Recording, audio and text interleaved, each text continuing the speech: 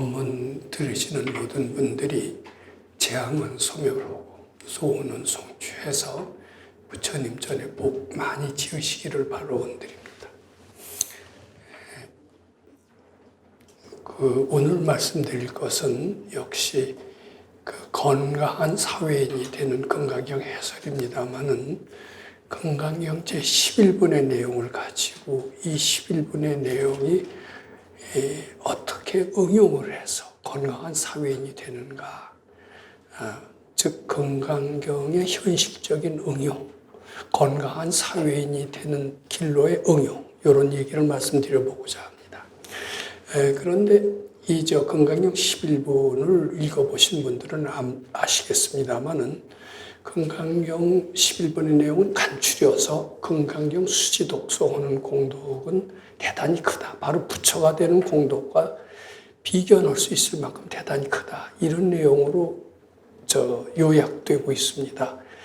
그러면 부처가 되는 공덕에 비견할 만큼 크다라는 그 얘기 속에서 어떻게 건강한 사회인이 되느냐, 이것을 연결시킨다는 것은 아주 쉬운 일이 아닙니다. 저는 도저히 연결시킬 수 없다라고 생각을 해왔습니다. 그리고 이 부처님의 가르침은 의 없는 깨달음을 얻는 데는 매우 필요한 가르침이기는 하지만은 건강한 사회인이 돼서 행복하고 유능하고 지혜로워져서 그리고 보살행을 해서 자기도 밝아지고 다른 사람을 밝아지는 길에 있어서는 건강경은 적합하지 않다. 이런 생각을 늘 해왔던 것 같습니다. 아마 제가 밝은 선지식을 모시고 공부하지 않았다면 영원히 저는 불교라는 것은 깨달음을 얻는 데만, 즉 의 없는 깨달음을 얻는 데만 필요한 가르침일 뿐 현실을 고통에서 벗어나고 무지무능에서 벗어나서 행복하고 지혜롭게 사는 가르침과는 영원히 거리가 멀다 이렇게 생각했을 것 같습니다.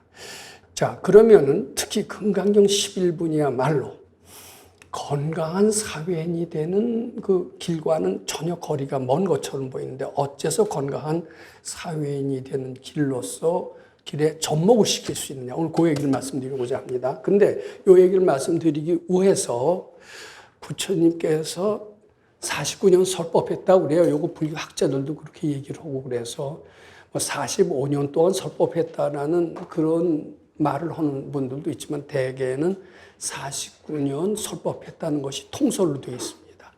49년 설법을 대략 한번 정리해 보는 것은 매우 필요하다고 생각합니다. 이제 부처님이 깨달으신 뒤에 의 없는 깨달음을 얻은 것이죠. 우리 건강경으로만 안오따라 삼약삼보를 얻으신 거예요. 얻으신 뒤에 그 깨달음을 이런 보통 사람들한테 얘기를 해 주려고 하니까 그 깨달음이 원체 차원이 높은지라 그 얘기를 해도 도저히 못 알아들을 것 같더랍니다. 그인애들은 밝아지고 자신이 전지전능하다는 것을 알아듣기에는 너무 수준이 미달이에요. 그런 거창한 얘기를 해갖고선 도저히 못 알아들을 뿐만 아니라 불교에 대해서 퇴타심이 나서 도리어 물러갈 것 같아서 우리 수기설법이라는 거 아시죠? 대기설법이라고도 하고요. 그 사람들한테 알맞는 말씀, 즉 당면 과제부터 이 얘기를 해주자 이렇게 마음을 먹으셨던 겁니다. 당면 과제가 무엇이었냐면 고통이었습니다. 지금도 굉장히 가난해서 얼마 전에 세 모녀가 참 죽었다는 얘기가 있듯이 그때나 지금이나 이 가난은 참 고통이었습니다. 근데 가난해서 밥 먹고 살기도 힘든 그런 사람들한테 야, 의 없는 깨달음을 얻어라. 수도라는 게 참 보람 있는 일이니라. 이렇게 얘기해서는 안 통하거든요. 이 고통의 문제를 해결해 주는 것이 가장 바람직하다라고 생각하고 처음에 그 고통의 문제를 해결하는 말씀. 그것은 이제 아함부 법문이라고 그럽니다. 이 아함부 법문을 8년을 했어요. 이 8년을 한 것은 맞으면 고통을 해결하는 법문이다. 이렇게 말씀은 드려도 좋을 것 같습니다. 근데 고통을 해결하고자 하는 사람한테 본래 부처님의 참 뜻은 무엇이냐면 고통이라는 게 본래 없는 것이다. 해결할 것도 본래 없는 것이다. 깨달음이라는 것도 본래 없는 것이다. 이게 이제 부처님이 진정으로 하시고 싶은 말씀이에요. 근데 고통을 받아서 지금 죽을 지경인데, 야, 고통이 별거 아니야. 본래 없는 것이야. 이렇게 얘기해서는 알아듣겠어요? 못 알아듣죠. 그러니까 그 사람들을 고통에서 벗어나기 위해서는 제일 먼저 하셔야 될 말씀이, 아, 고통은 있는 것이다. 너희들 참 괴롭지. 이런 얘기부터 해야 돼요. 그래서 이제 고라는 것은 존재한다. 이런 말씀을 하실 수밖에 없습니다. 근데 부처님 속마음으로는, 야, 고통은 허상이야. 본래 없는 것이야. 이 얘기를 하고 싶었고, 이 얘기를 해 주셔야 빨리 고통에서 벗어나는데, 그런 얘기를 해서는 못 알아듣겠고, 오히려 불법을 멀리 할 것 같으니까, 일단은 거짓말입니다. 이게 고통은 있는 것이다. 이 얘기부터 하십니다. 고통도 존재하고 고의 원인도 존재한다. 고의 원인을 집이라고 합니다. 고집 멸도 우리 사제법은 많이 들으셨죠. 근데 고의 원인도 존재한다라고 해야, 그리고 고의 원인을 소멸해야 깨달음을 얻는다. 이렇게 얘기를 해야 말이 합리적으로 되잖아요. 그러니까 그렇게 합리적으로 전개해 나가기 위해서는 고는 존재한다. 그 고의 원인도 존재한다. 고의 원인을 없애면은 깨달음이라는 것이 있다. 그 깨달음이 바로 멸이다. 멸도 존재한다. 이래야 얘기가 먹혀 들어갑니다. 그리고 깨달음에 이르는 길을 도라고 한다. 도 역시 팔정도인데 팔정도도 존재한다. 이렇게 얘기를 해야만이 이 사람들이 합리적이네. 한번 실천해 볼 마음이 나네. 이러고 실천해서 고에서 벗어나게 될 것을 부처님은 잘 하셨던 겁니다.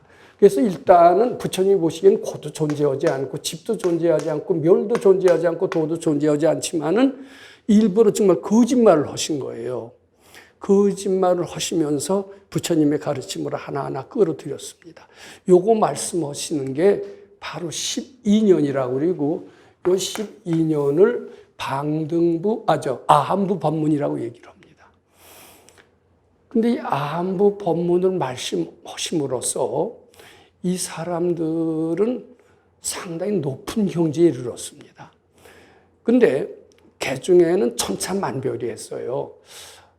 고통이라는 게 생로병사가 존재하지. 구부도 없고 구해도 얻어지지 않는 거 고통이지. 정말 고가 존재한다라고 믿는 그런 제자들도 있지만은 부처님 우리를 얕잡아 보시네. 고가 본래 없는 것이고 집이 본래 없는 것이고 멸도 없는 것이고 도도 없는 것이고 이렇게 알아듣는 수준 높은 제자도 있었어요. 그런 사람들은 아마 사리불 같은 사람, 첫 번째 말 듣자마자 금방 아시는 겁니다. 저것은 부처님의 참 뜻이 아니다. 우리들을 달래주기 위해서 하신 말씀이다 라고 첫 번째부터 알아듣는 사람이 있었고, 개 중에는 고라는 게 존재하는 것이다. 너희들 힘들지. 이렇게 해야만이 부처님 가르침에 접근하는 근기가 낮은 제자들도 있었다는 것을 알아들으셔야 됩니다. 근데 대부분이 그때는 근기가 낮은 제자들이 대부분이었습니다. 즉 근기가 많은 제자들이 바로 어떤 제자들이냐, 그걸 알아주셔야 됩니다. 제가 언제 비텐에서도 비텐에서도 그런 말씀을 드린 적이 있습니다만, 제가 오늘 가지고 나오지 않았습니다. 유리컵을 딱 들고 나왔어요. 유리컵을 딱 들고 나와서 유리컵을 딱 한 대 때렸습니다. 그랬더니, 그리고 제가 뭐라고 그랬냐면, 이 소리는 들리세요? 그랬더니 들린대. 존재하죠? 소리가 존재한대요. 그리고 존재하니까 이 소리는 어디서 나오는 소리예요? 그러니까 대부분이 다 유리컵에서 나오는 소리입니다. 이렇게 대답을 하시더라고요. 그래서 고두에 뭐라고 그랬냐면, 이게 유리컵에서 나오는 소리로 들으시는 한은 죄를 많이 지었다는 증거입니다. 그리고 아상이 대단하다는 증거입니다. 앞으로 고통이 많을 것이라는 그런 것을 예고하는 증거입니다. 이렇게 얘기를 했더니, 내가 괜히 그렇게 대답했네. 이렇게 하는 분들이 실제로 있었습니다. 근데 여기 분들한테 똑같이 물어보면요. 여기 힌트 주기 전에 얘기하면은 이게 딱 치고 이게 어디서 들리는 소리예요? 그럼 교탁에서 들리는 소리인데 이렇게 얘기하실 거죠? 그럼 앞으로 고생이 많은 팔자예요. 고생이 거의 없는 팔자. 고생 많은 팔자입니다. 그리고 말하자면 근기가 낮은 사람입니다. 낮은 사람이고 그리고 고생이 앞으로 좀 하셔야 될 그런 운명을 지니고 나왔다. 이렇게 보시면 틀림이 없습니다. 근데 대부분 근기가 낮습니다. 그 사람한테는 대뜸 차원 높은 법문이 안 통해요. 고통을 미워놓는 법문이 딱 맞는 거예요. 그래서 고통을 그 사람한테 고통은 존재한다. 너희들 고달프지. 이 얘기가 딱 맞는 거예요. 그리고 그것을 원인이 있지. 원인만 소멸하면 낙이 오지. 이 얘기가 꼭 맞는 거예요. 그 얘기를 할 수밖에 없었어요. 근데 그렇게만 해놓고 그의 원인이 무엇이다라고 얘기해놓고 이것을 분석해서 실천하는 게 바로 팔정도입니다. 팔정도를 실천하게끔 하셨어요.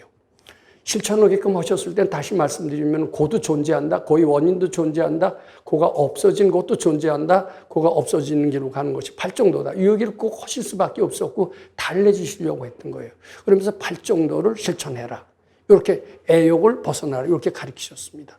그렇게 갖고서는 고통이 존재하는 게 아니라 살살 이제 그렇게 얘기를 하시면서 중간에 이런 얘기를 가끔 끼워 넣습니다. 고통 존재한다고 했지만은 팔정도를 닦다 보면 고통이 본래 없는 것을 알아서 그리고 낙이 온다. 이렇게 얘기를 해야 이 일이 풀어가는 것을 아시고 부처님께서는 그런 식으로 풀어가시면서 고통에 휩싸이고 무지무능에 휩싸이고 참 한없는 고달픔에 휩싸인 사람들로 하여금 거기서 벗어나게 만듭니다. 그래갖고선 거기서 큰 깨달음을 얻어서 낙이 이제 이렇게 도인이 되게끔 만듭니다. 그걸 아라한이라고 합니다. 아라한이라고 하고 여기에서는 성문이라고도 합니다. 성문. 근데 성문은요, 이게 본래 근기가 높은 사람은요, 이제 대개 지금 아한부 법문을 12년 했다고 그러잖아요. 이 사람들은 고통이 존재한다고 믿는 사람들이에요. 고통의 원인도 존재한다고만. 달리 말해서 몸뚱이 착이 좀 심한 사람이고 아상이 높은 사람이고 고생길이 많은 사람인데 이제 그런 사람을 살살 달래서 아라한까지 만듭니다. 고통이 아주 거의 없어진 상태로 만듭니다. 그런데 처음부터 고통이 존재한다. 고통의 원인이 너희들 고달프지 이런 식으로 얘기를 했을 때 난 고통이 존재하지 않은 것 같은데요. 고통의 원인도 본래 없는 것 같은데 이렇게 믿는 사람이 있어요. 그럼 그런 사람한테 이 얘기를 딱 하면은요. 아라한이 되는 게 아니에요. 대뜸 거의 부처 수준까지 올라요. 그러니까 요거는 아주 근기가 낮은 사람이 그것도 선지식, 부처님이라는 선지식을 만나서 잘 가르쳐 줬는데 갇혀서 아라한 정도는 됩니다. 저 남방불교에서는 아라한이 최고라고 합니다. 근데 그것은 근기가 낮은 사람이, 업장이 많은 사람이 어느 정도 업장이 열버져서 얻은 결과지 처음부터 예를 들어서 해능대사 같은 생이지전분을 딱 만났다면 대뜸 첫마디에 알아듣습니다. 알아들어서 바로 부처가 된다라고도 얘기를 해요. 요걸 잘 아셔야 됩니다. 즉 근기가 낮은 사람으로 해서 12년을 법문을 아한부 12년입니다. 그 다음에 이제 근기가 조금 높아진 사람이 있어요. 고통은 벗어났어요. 이제 고통은 다 벗어났는데 운명적으로 얘기할 정도가 된 양반 쌍놈은 도저히 벗어나지 못해요. 인도에는 지금도 4계급이 지금도 남아있대요. 우리나라에서는 이미 200년 전에 쌍놈이 다 없어졌어요. 거의 다 70%가 양반이 됐다고 합니다. 200년 전만 하더라도. 근데 지금 인도는 이렇게 계명천지가 된 세상에도 불구하고 거기 양반 쌍놈이라고 그러지 않고 브라만, 크샤트리아, 베이샤, 수드라 이 4계급이 지금도 엄연하게 존재한대요. 이제 부처님이 그걸 깨트려주고 싶은 거예요. 어떻게 깨트려주느냐. 양반이 됐을 때는 브라만이 양반입니다. 양반이 됐을 때는 그 원인이 있는 것이다. 원인이 바로 전생에 있는 것이다. 전생의 원인 지은 그대로 과보를 받는 것이다. 브라만은 영원한 것이 아니다. 이렇게 하면서 원인 결과에 대한 법문을 쭉 하시면서 너희들이 지금 쌍놈이 됐다 하더라도 그 쌍놈에 대한 원인이 본래 없음을 안다면은 바로 양반이 되는 것이다. 부처까지도 될 수가 있는 것이다. 이렇게 하면서 인과응보의 도리를 설명해 주시는 겁니다. 그것이 바로 방등부 법문이라고 해서 이것을 8년으로 얘기하십니다. 그래서 인과응보를 자꾸 설명하다 보면요. 자, 보세요. 자기 시시각각으로 소원성취된다는 게 바로 인과응보 법문입니다. 근데 인과응보 법문하고 우리 반야부 법문하고 틀린 것 같은데요. 인과응보 법문을 잘 듣다 보면 자기 자신이 전지전능하다고 느끼게 됩니다. 마음 먹은 대로 되는 거거든요. 저는 인과응보하고 자신이 전지전능하고 틀리다고 생각을 했어요. 근데 시시각각은 손성취할 수 있다면 어때요? 이것은 자기가 전지전능하다는 것을 의미합니다. 인과응보가 엄정하게 집행된다는 것은 자기 자신이 전지전능하다는 것을 의미하기 때문에 방등부 법문은 마음의 한을 품어주는 법문뿐만 아니라 자기 자신이 전지전능하다라는 것을 암시하는 법문이기도 합니다. 그래서 전지전능을 깨달아서 성자가 된 것을 연각이라고 합니다. 연각. 저는 그렇게 생각합니다. 이것은 뭐 경전에 그렇게 되어 있는 게 아니라 도인의 법문을 쭉 듣다 보면은 인과응보만 인재응보가 한 채 어김도 없이 생각 먹은 대로 그대로 현실로 나타난다라는 이치는 바로 자신이 전지전능하다는 것을 의미하는 것이고, 전지전능을 깨닫게 된다라면은 바로 그 성자가 되는 거고, 성자가 바로 연각이다라고 얘기를 하는데, 연각은 지금 식으로 보면 상당히 지혜로운 사람을 얘기합니다. 인과응보가 그리고 모든 한이 사라져요. 진심이 완전히 사라지고 지혜로운 사람이 되는 겁니다. 근데 이것도 아직 부처님께서 당신께서 말씀하고 싶은 다가 아닙니다. 진짜 인과응보가 더 중요한 진리가 아니다. 너희들이 본래 부처라는 것이 더 중대한 진리다. 그래서 너희들이 부처라는 것을 그때 본격적으로 말씀하시게 되는데, 그것을 바로 반야부 법문이라고 하고, 요거 반야부가 21년이 진행이 됩니다. 너희들은 본래 부처다. 근데 부처인 것을 망각했다. 망각하고 그리고 탕자의 생활을 한다. 그것이 탕자가 본래 없음을 알면은 바로 부처 자리에 회복할 수 있다. 즉 죄가라는 게 본래 없는 것이다. 죄도 본래 없는 것이고 고도 본래 없는 것이고 고의 원인도 본래 없는 것이고, 그러니까 우리가 반야심경 달달달달 외면서도 뭐 잘 뜻을 모르는데 무고진멸도, 무지영무득, 이무소득, 고라는 게 본래 없다라는 거예요. 아한부에서는 뭐라고 그랬어요? 고 있지. 너희들 고달프지. 고의 원인도 있지. 그 원인을 소멸하는 방법도 있어. 근데 이제 반야부에 가면 고도 없고 고의 원인도 없고 도도 없고 도를 이루는 길도 없어. 이렇게 나가는 겁니다. 근데 그렇게 출발해야 탕자도 죄 많이 진 사람도 벗어날 수가 있지. 죄는 꼭 있다. 고통은 꼭 있다. 그러면 영원히 그 고달픔에서 못 벗어나는 겁니다. 죄무자성 종심기. 우리 많이 외면서도 그걸 응용합니까? 못합니다. 못해요. 근데 죄 많이 진 사람들이 있었거든요. 금생에는 죄 안 졌어도 전생에도 죄 지었거든요. 전생의 죄는 죄 아니에요? 금생의 죄만 죄예요? 아니거든요. 그러니까 전생의 죄도 본래 없고 금생의 죄도 본래 없다. 이걸 가르쳐줘야 부처가 될 것 같으니까 죄라는 게 본래 없다. 이게 반야부 법문입니다. 이렇게 깨쳐야 빨리 금생의 도인이 될 것이다. 그래서 반야부 법문이 21이고 여기서 성자가 된 것을 여기서는 뭐라고 그랬어요? 아한부 법문 듣고 성자가 되는 것을 성문 또는 아란이라고 하고요. 연각의 법문을 듣고 방등부의 법문을 듣고 깨달은 이들은 이제 연각이라고 합니다. 근데 이제 또 반야부 법문을 듣고 깨달은 이들은 이제 보살이라고 하는데, 나중에 보니까 연각하고 보살하고 경계가 없어요. 지금은 경계가 뚜렷이 있지만, 그리고 이제 나아가서는 아라한하고 성문하고도 경계가 뚜렷이 없는 것 같습니다. 그래서 이 반야부 법문을 깨달았고 성자가 된 이를 보살 마하살이라고 합니다. 근데 거기에는 연각도 다소 포함되어 있다라고 생각을 합니다.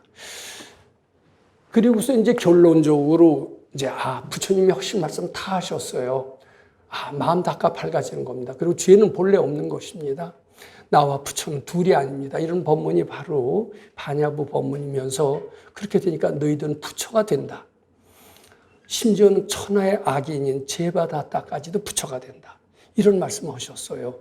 이게 이제 바로 법화 열반부라고 얘기를 합니다. 그게 8년인가 해서 토탈 49년을 설법을 한 겁니다. 요걸 이해를 해야 돼요. 그런데 처음에는 나는 부처가 되는 거 다 싫어. 고통만 없으면 돼. 여기에 만족하는 사람이 있어요. 그건 이제 아란이라고 하는데 그 아란에서 만족하는 것을 부처님은 안타깝게 생각하셨어요. 거기서 벗어나게 했습니다. 근데 아란에서 만족하는 사람, 그런 한 사람이 있고요. 그 뒤에 아란뿐만 아니라 모든 사람이 내 몸과 동등하다. 나도 부처와 똑같이 동등하다. 이런 전지전능을 자각하는 사람, 이런 걸 이제 보살이라고 합니다. 아, 그래도 보살 정도는 되지. 그렇게 해서 이제 대개 사람을 이렇게 그 아함부나 방등부 스타일의 사람이 있는 것 같아요. 태어날 때부터 그런 스타일이 있어서 그 사람한테는 아무리 고차원의 법문을 해도 금방 발심이 잘 안 됩니다. 근데 이제 보살로 태어난 사람이 있어요. 그분들한테는 법문을 하면 금방 알아듣고, 아, 내 길은 나 혼자만 삶이 아니다. 여기서도 아주 조용히 살고, 그렇지만 다른 사람을 위해서는 손 하나 까딱하지 않는 사람들이 있잖아요. 저는 이런 이야기를 우리 크리스찬과 함께 있는 건강정책에 썼습니다만은 그 티벳이라고 하는 아주 불교 독실한 나라가 있습니다. 근데 그 나라의 승려를 10만을 중국인이 죽였어요. 이게 중국 티벳으로 보면 원통이 짝이 없는 겁니다. 그 자기 나라는 예전부터 독립국가인데 특히 모택동이 들어와서 대만을 완전히 무력으로 합병을 한 뒤에 독립운동의 주체가 승려거든요. 승려를 10만 명이나 사륙을 했어요.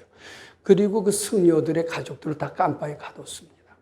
그러니까 그 승려, 깜빵에 갇힌 한 사람은 중국군이라고 하면 이를 가르고 불구대친지 왼수라고 생각을 합니다. 근데 거기서 20년을 깜빵에 있으면서 더욱더 젊어진 사람이 있었어요. 젊어진 사람이 있었는데 당신이 어떻게 20년을 깜빵에 있으면은 분통에 터져서 분통이 못 이겨서 벌써 죽었을 텐데 어떻게 이렇게 20년을 왜 이렇게 더 젊어지고 아주 싱싱한 얼굴로 견뎠느냐 이렇게 물었어요. 핀체, 그 이름을 제가 잊어버렸습니다. 아주 그 유명한 이야기입니다.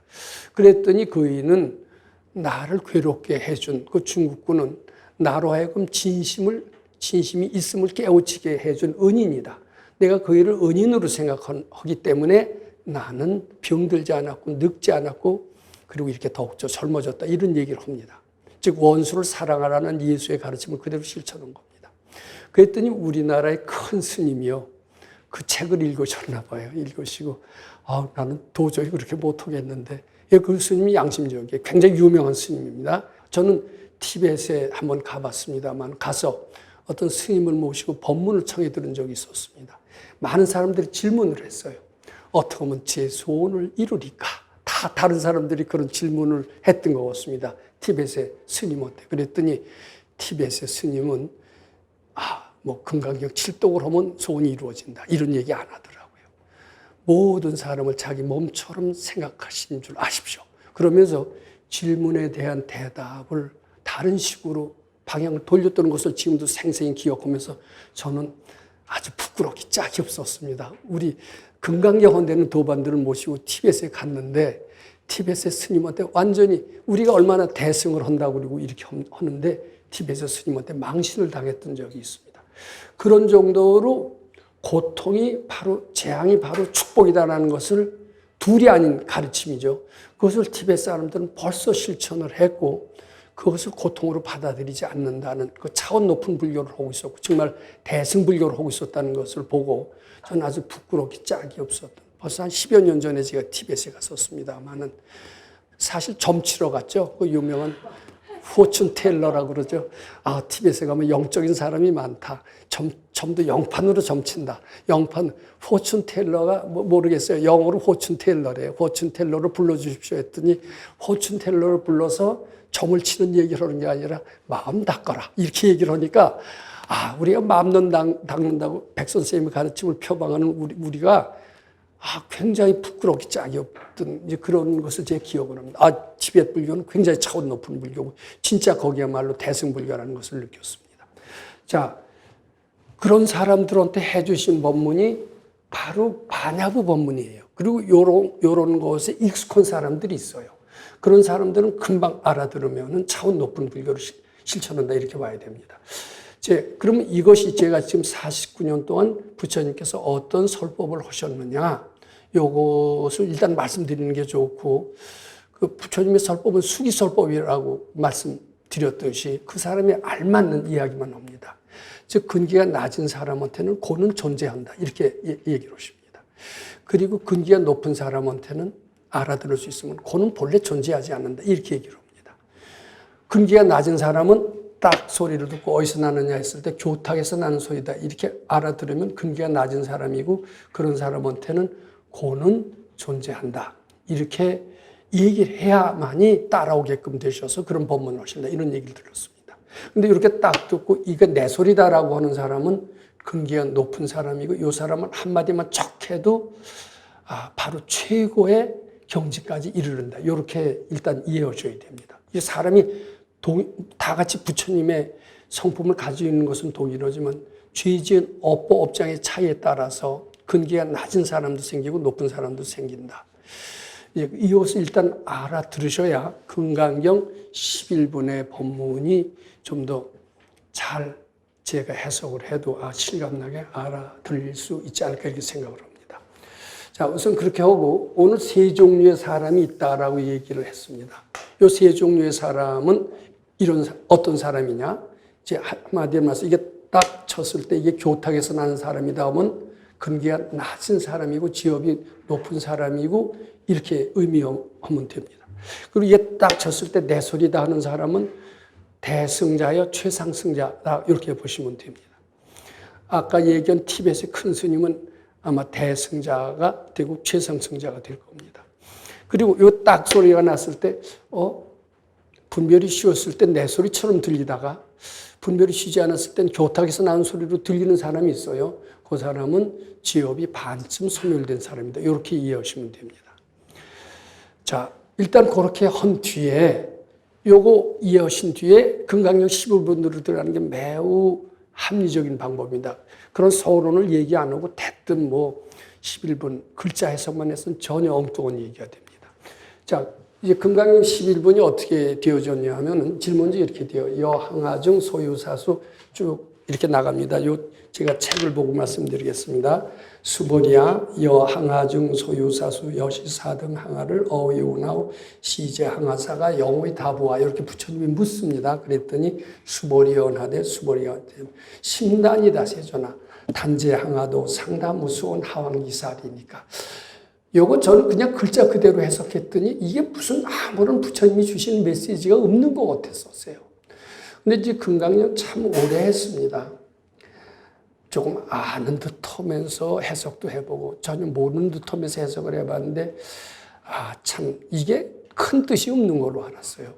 근데 굉장히 큰 의미가 있다는 것을 최근에 와서 조금 느끼기 시작을 했습니다. 자, 이게 보세요.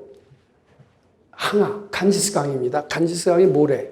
간지스강은 제가 알기로는 3,200km 됩니다. 이 한강이 몇 킬로 되는지 잘 모르시죠?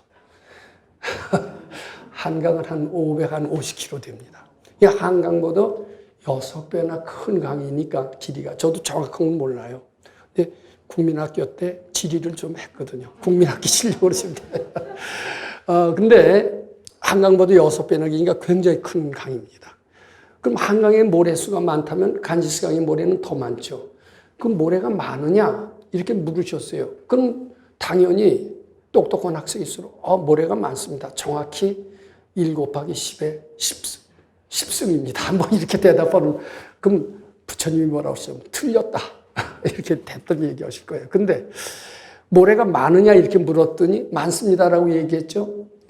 그럼 근데 이제 부처님은 그 마음을 들여다보고 해요.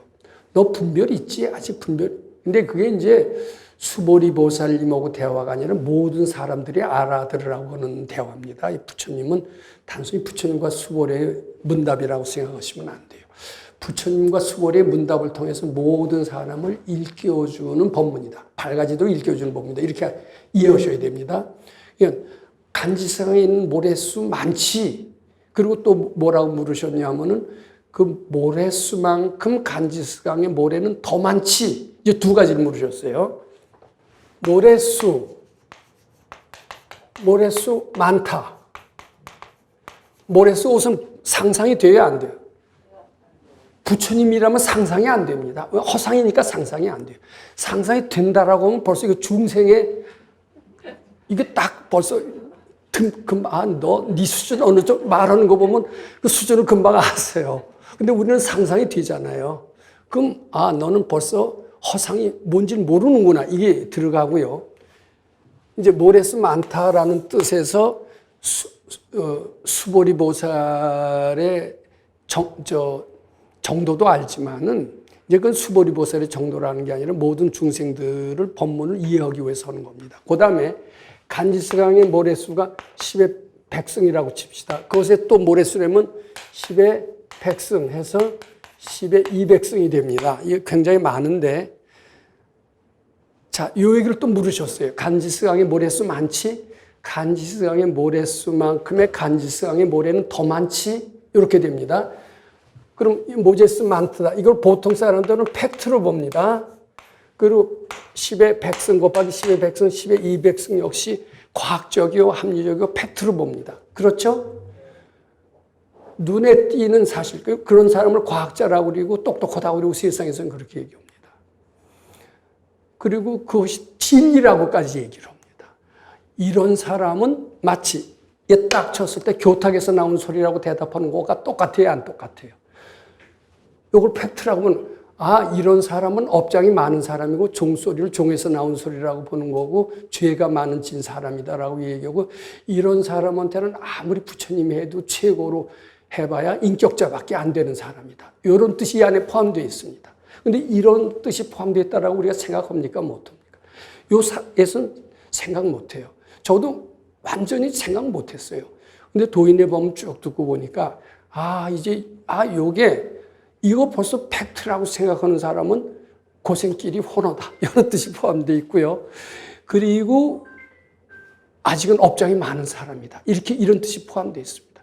이런 사람은 선지식을 절대 공경하고 거기서 벗어난 노력을 하기 전에는 고생이 아직 많이 남았다. 이 자극을 주기 위한 신신발심으로 유도하기 위한 법문으로 알아차리고 그렇습니다. 저 역시 죄가 많습니다. 이렇게 딱 대답할 수 있어야 됩니다. 근데 이제 거기서 끝나질 않았어요.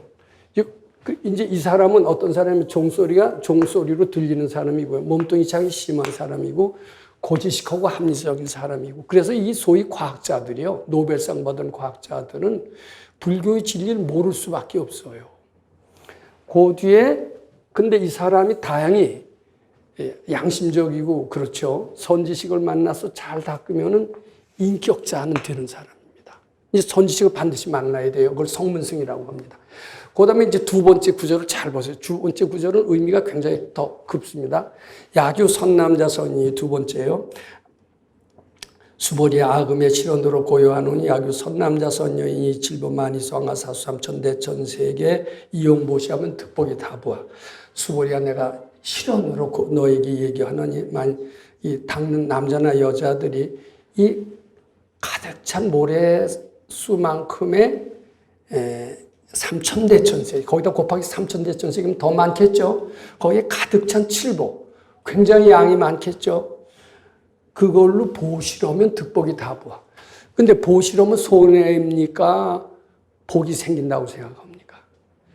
되게 손해라고 생각을 해요. 근데 득복이 다부하 이렇게 물었죠. 얻는 복이 많으냐? 그 손해 같은데 얻는 복 없습니다. 이런 대답을 얘기할 수도 있죠. 근데 수보리 존자는 어떻게 대답했어요? 얻는 복이 없습니다. 이렇게 대답하지 않고 얻는 복이 매우 많습니다. 이렇게 대답을 했어요. 매우 많다라는 것은 무엇을 의미하냐? 이게 손해가 아니라 복이 많다라는 뜻입니다. 원인지어서 결과가 마음이 원인짓고 물질은 결과로 받습니다. 물질의 부귀영화의 원인은 지 마음속에 있습니다.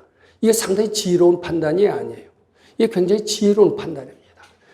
그러니까 여기에서는요, 아한부 법문을 설명하신 거고, 요 두 번째에서는 방등부 법문 내지 일체유심조의 진리 내지 반야부 법문까지 같이 설하고 있다. 이렇게 봐야 됩니다. 자, 그래서 요 두 번째 사람을 요 첫 번째 사람을 잘하면 아라한이 된다. 인격자가 된다. 요 두 번째 사람은 잘하면 연각이 되거나 또는 보살까지 된다. 이렇게 말씀드립니다. 요 두 번째 사람은 몸뚱이 창이 얇은 사람이고 종소리가 내 소리 같기도 하고 종에서 나는 소리 같기도 하고 중간쯤 되는 사람이다. 이렇게 보시면 됩니다. 그 다음에 신념의 마력을 실감한 사람이다. 마음이 우주를 진동한다.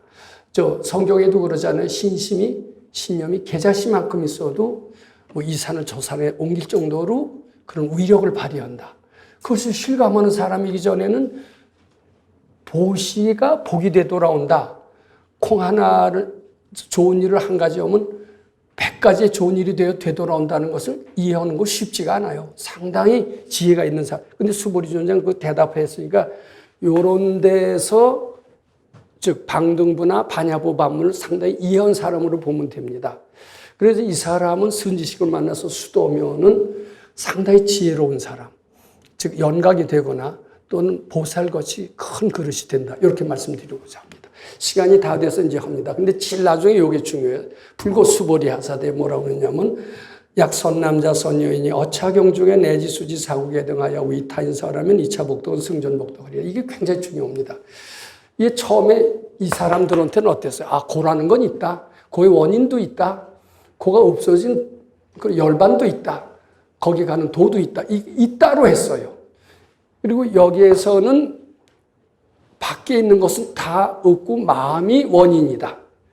이것이 마음이 있으면은 밖에 결과도 있다. 즉 공의 원리를 이렇게 설명합니다. 이것이 있으면 저것이 있고 이것이 없으면 저것이 없다라고 언뜻 요것처럼 생각하기 되기가 쉬운데 이것이 있음으로써 저것이 있다. 이것을 내 마음으로 보고요. 저것을 결과로 본다면은 그것은 두 번째 해당이 되는 겁니다. 그래서 이제 근데 요거는 이제 마지막 요 세 번째 사람은 본래 고도 없다. 고의 원인도 없다. 인과응보도 없다. 죄도 본래 없다. 이렇게 나가는 겁니다.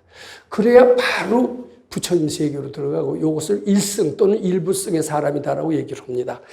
그래서 여긴 몸뚱이 자기 본래 없다.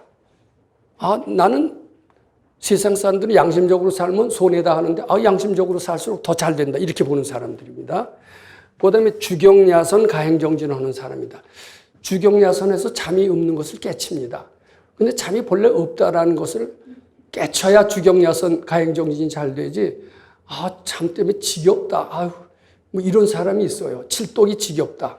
일독만 해도 된다. 이렇게 되면 이것은 이쪽은 거리가 먼 사람이다. 이렇게 봐야 됩니다. 주경야선 가행정진을 저는 3년만 하시면은 아주 알아주는 사람이다. 정말 대승자요, 최상승자요, 일불승자요, 그리고 퇴타심은 영원히 사라진 사람이다. 이렇게 말씀드리고자 합니다. 그 다음에 이제 선지식을 만나면 바로 부처까지 돼요. 자, 시간이 거의 다 됐으면 이제 정리하겠습니다. 요 금강경 11분이 굉장히 중요한 뜻입니다. 굉장히 업장이 많은 사람은 선지식을 만나면 인격자까지 될 수 있는 그런 뜻이 이 안에 포함되어 있습니다. 특히 요 첫 번째 대문은 그것을 의미하고 있습니다. 그 다음에 두 번째 대문은 그거보다 약간 업장이 얇은 사람은 바로 선지식을 만나서 수도오면은 보살이 되고 우주를 진동할 수 있는 큰 위력을 가진 그런 건강한 사회인이 된다.